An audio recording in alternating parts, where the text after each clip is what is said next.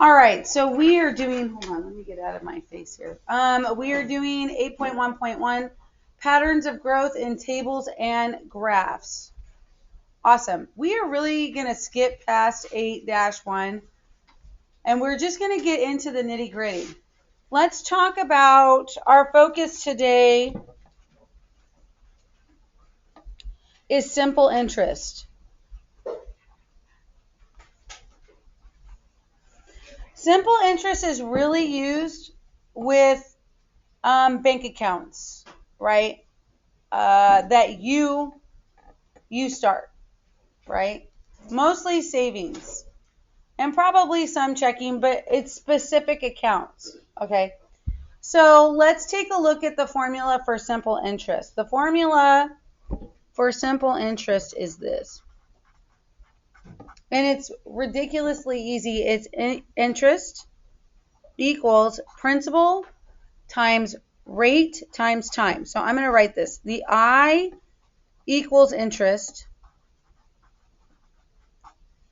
Okay. The principal, that's the initial. P equals principal. Oh my goodness, if I could spell this morning. And if you notice, it's spelled like the noun principal, right? With a principal and not principal with a P-L-E. Your R, your lowercase r equals rate. And then the T equals time. Okay. Interest is principal times rate times time. All right, so for the first one, 8-2, you also have a resource page for, I think, this one. Yeah. So this is the first one. We'll take a look at this in a minute. So now that you've predicted what different graphs are going to look like, Oscar puts $1,000 of principal in the bank that earns 2% simple interest each month. He wants to track his money, how his money is growing over time. Oscar is using the formula to the right to calculate how much interest he will earn on investments that are earning simple interest. All right, great. So we've got Oscar's money, right? I'm going to actually do my own here for you. You can write it down. So here's our jam. This guy on 8-2, Oscar, he's got it as he put in, here's our X and Y table, right? X, Y. Oh, and we need a third part. Okay. So our initial is 0 and then 1,000, right? This column is where we're multiplying it. I'm sorry. This is the interest. So we've earned nothing, but this is what we put in. This is the principal. Okay. So when we do this, if you look, we're going to do the first year, second year, third year, fourth year. Okay. Yeah, that looks right. And then fifth year. All right. So what you do is that the interest rate, the interest rate is 2%. So let's take a look at this. So here, okay, the $1,000 is the initial P, right? The interest rate or the rate is 2%. So I'm going to write this like this, but I'm also going to write it 0.02. Do you understand that here? Is that better? 0.02 is 2%, how we're going to multiply it out. Are you with me? And then it's got he wants to track his money grows over time. All right, so he's actually multiplying it by 2. So that would be 2 years. If we just did it by 1, let's see what we would get, right? By 1 year. Can you read this? Okay, so I'm going to get this is where the calculator stuff start to work out, and we're going to really lean into you guys are going to use your scientific calculators from Desmos because they have what we need. So I'm going to clear this out, and I'm going to go 1,000 times 0.02 times 1. So for the first year, this dude earned $20 of interest. So he ends up by the next year going up. Okay? This is simple interest. So you're really just accumulating interest over time. Does that make sense? The next year is the same thing. It's going up by another 20. You're only multiplying it by the principal. The original principal. Only by the original principal. Okay, each time. Ask me the question, Hanson. Do you have that? What's the y for 0? Oh, it's really, this is the actual interest that you're earning each time. Okay. The x is the time. This is the interest, and this is like how much it builds over time. It's just like an x and y table because this one's going up by $20 each time. And really, if you wanted to, you wouldn't even have to make this table. Check this out. If you just multiply it by 5, like this, let's clear it out. 1,000 times 0.02 times 5 gives you $100. By year 5, you would be at $1,100. Does that make sense? So this is going to be 1040. This is like 1060. And then this is going to be 1080. Does that make sense? It's simple interest. It just increases every year. Yes? So the interest is always going to be the same? It's not going to... No, that's a difference between simple interest and compound interest. Compound interest, you would multiply it by the percent every year. And it compounds. That's why it's got an exponent attached to it. And I'll show you where we multiply that, but we're not going to learn that today. We are simply going to stick with the interest equals principal times rate times time. Are you with me? So can we graph this? Yes, we can, and it's going to be a straight line. So if we were to graph it, we would start here, and then the first year we would go up by $20, and then 3 by 40, and then 40, and then 60. Hold on. And it would look like this. Hold, please.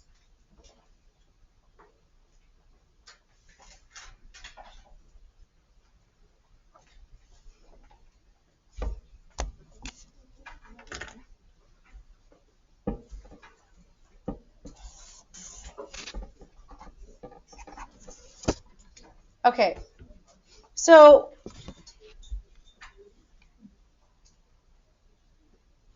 for this problem, this problem is linear.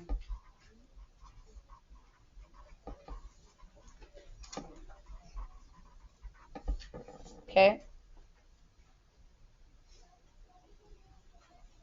And you can graph it. Questions for me? We're going to do another one.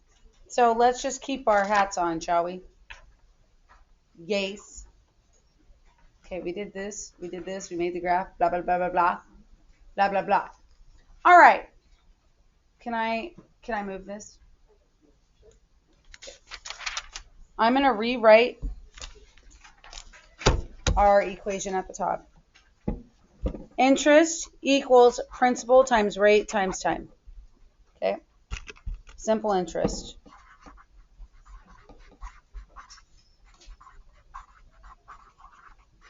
Great. So we have 8-3. Okay? Anita bought a special baseball card for $8. She decided to sell it but wanted to make a profit. She added 50% to the price she paid and sold the card to Brandon. When he decided to sell it, he decided to make a profit. All right, so let's make this little X and Y table. But it's really like X, Y, and Z, right? Well, you're going to see. So let's just make a table. And let's label it. We've got exchanges.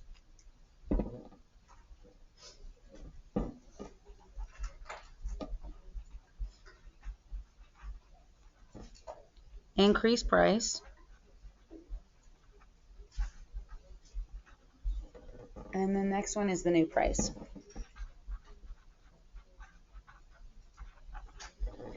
All right, so Anita bought the baseball card for $8. Okay, so nothing happened here. 0, 0, and then $8. This kid decided to sell it. Hold on, 0, 1, 2.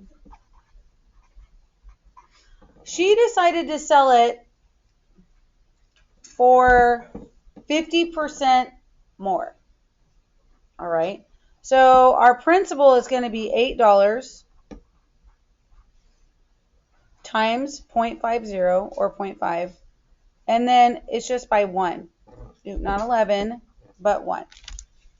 Okay.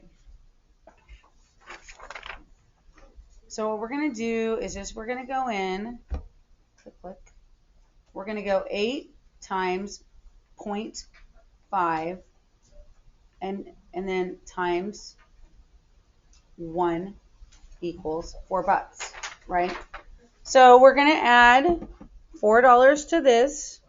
Our increase in price is $4. And so this is going up by, this is going to be $12 even. Okay. So the next kid decides he wants to increase the price by 50% as well. Right? So the next one is 12 times 0.5 times 1. Do you see what's going on here? Each time it's going to go up by half, so this is $6. So now this is going to be 18,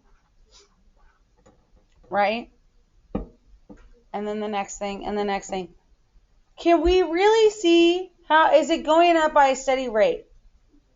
It is by 50%. So now we have 18 times 0.5 times 1, which is 9, right? We know this.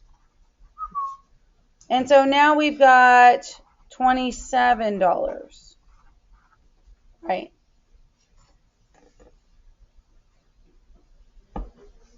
Okay. And then we've got to do it again. 27 times 0.5 times 1. I don't know what half of 27 is, right? So we're going to go in 27 times 0.5 times 1. Oh, it's 1350 equals 1350.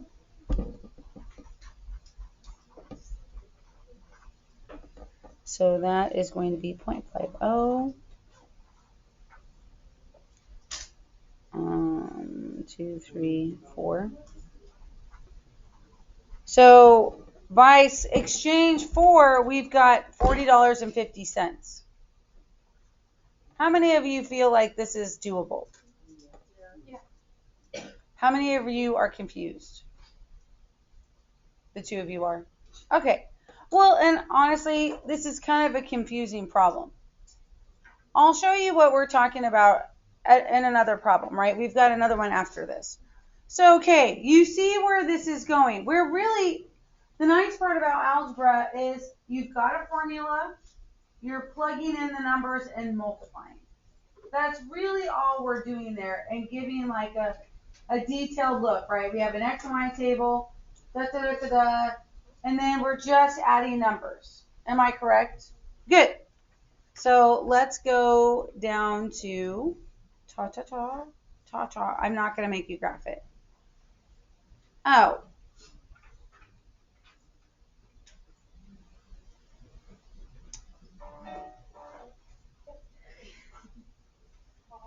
Okay.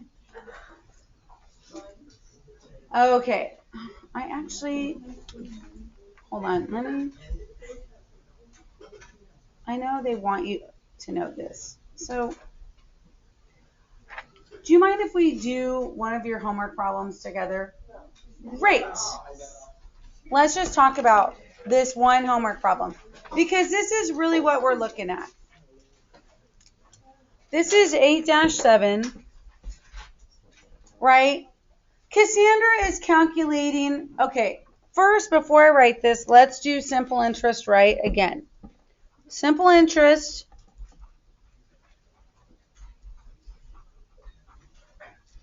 is interest equals principal times rate times time. Great. Cassandra is calculating how much interest she will earn on investments that are earning simple interest. She knows that the simple interest is paid only by the original amount that was deposited, the principal, for one amount of money that was invested for 3 years. Okay, great. So her initial principal, it looks like, was $500. So P equals $500. Okay. Her time is 3 years. Okay. We need to know the interest, and it looks like the interest was the rate is 2.5%. You plug this into an equation and multiply it out. So we got interest equals 500 times 0.025 times 3 years. Okay? So we multiply this out and they get 37.50. But let's just check our multiplying here. 500 times 0.025 times 3 equals 37.50. Now, don't forget, when you get your interest, 37.50, to get your new, what this is going to be after 3 years, right? When we start at year 1, we have 500. By year 3, we have 537.50. Does that make sense to you? So once you have your interest, once you get your interest, you add your interest to your principal to get your grand total. Does that make sense? It's like trying to find the tip. You find the tip and you add it to the bill, unless you pay cash. Okay? Use what you know about simple interest to find the following questions. Okay, well, I did that. So identify the principal, the rate, and the time. Use the formula. Okay, so you guys should be able to do the calculations for B. Use the formula to calculate how much interest you would earn if you deposited $200 for 5 years at an annual rate of 4%. Okay, go ahead and set that up. I'm going to come around and look.